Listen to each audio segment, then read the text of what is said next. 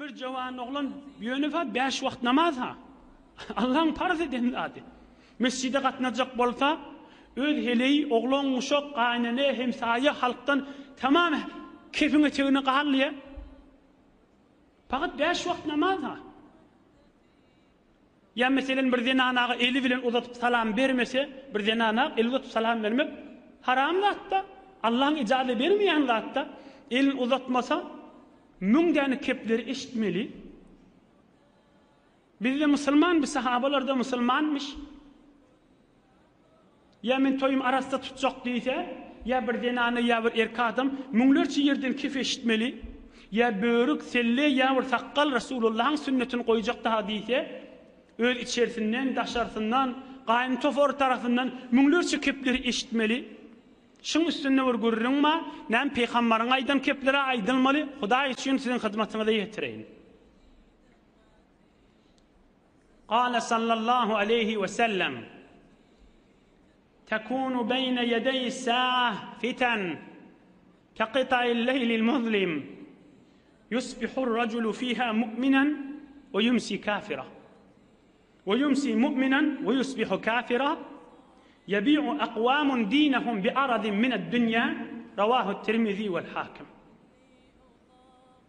Peygamberimiz aydıptır, iştiçkin bir zaman molor, fitneli köfeler. Fitne diyen sen imandan alqaliyan zat, Hudaýyň muhabbetinden alqaliyan zat. Bazarın şulukluğu, zenarlan açık yalangaz, evin maçtan çıkmağı, haram toylar, biderek fikirler, biderek aqidalar, biderek okuwlar, yerli yerden köfeler, şonna bir adamla bolar diptir. Peygamberimiz aýdýaşyny. Yusbihur raculu fiha mu'minen. Günnide musulmanlar diptir. O yumsi kafira, akşam kellesini yastıkda koyanına kafir olup yatanlar diptir. Nauzu billah. Mescide katnap duranlar cak eline tesbih vardır. Mescide var yani. Öyne var ya, mesela açıklığa deyin. Odalarda da kan aydıptık yani açıklanmaktır şey. Cak tesbihsi var, öyne var ya hamanı qıyda ağlaptı ya oğlu ağlaptı narahat. Näme oğlum, näme qıydı, näme oldu diye mescitten elttu ha öyle. O ham memmer harami şesiplerin ya zindigimde falan zat bolli ahulla İslam dinine şana doğru dedi vayt ya. O jürek doğru değil halal haram bolmaz bu zamanla. Halal haram olacak mı zamanla? Elçek bu üründen neydi? Ne deyip kafir da bil adam. Öyle elini tesbihini şeyt buruwati subhanallah diýwati. Halal haram olacak mı bu zamanla? Zindigiň menen bol. Halal haram qalli. Kur'an peygamber kadim zamanınki. Öyle yan mescitten geltuha. Peygamberimiz aýtypdyr şunu. Yusbihur raculu fiha mu'minen, ertibilena musulmanlar diptir. Ve yumsi kafira, akşam kellesini yastık doyup, orstan farkı yok diptir. İyi, ve yumsi mu'minen ve yusbihu kafira. Akşam Allah diptir, subhanallah diptir, musulman diptir. Erti turanna dip kafir oluptur ya diptir. Ahun, molla, selle dip, mescid dip, ayırın mı dağıtlar dargıdın yıkıştırın dip, ertiver şu kefaydı oti. Näme? Azıcık dünyasını ne verir çekensen? Telefonun maşınna, hücrede guşin maşınına oturup halk ağlap duqa oğul qiydinana deňuronna o kepler aýtjak bolsak onda şaýat bir toforuňyz ýüregiňizde ýarylsyn. Ýöne azbes kän eşitipdir, öwrenşipdir bireme. Şaýat tahammül etip bilmän göterip bilmäni şudur şuňyzy öýüňizde barman şöyle çykyp ağlarsyňyz köpüňiz. Ol aýdylýan gurrunlary enesi ýa dädesi ýa dogonyň aýdylýan gurrunlaryny men şu tribundan aýsam hökmen bilýän öýüňizde barman şöyle çykyp 2 saat 3 saat ağlarsyňyz. Kufurluk keplerden, bidirek keplerden, eziyet keplerden, Allah Taala'dan daşlık keplerden aýdylýan gurrunlary. Peygamberimiz aýdypdyr, akşam musulmanlar bir tofar adam diýipdir. Erti turanny diýip imansyz da diýipdir. Diýip imansyz. Adaçyk bir saqqaly goýsa, ya selle goýsa, ya bir mescid agallam halamy ýanna bolsa dilne gaýym bolmaly. Aýdajak bolsa hamanyň nasihat gowluk diýänne bolsa ay bolya ýoş-ýoşdan gidewer, nämet mäwdip bir ihtiýatly, abryly keplemella, ýok aňgyň elçipdagy Allah Peygamber Kur'an-ı Kerim'i diller tasa söwti.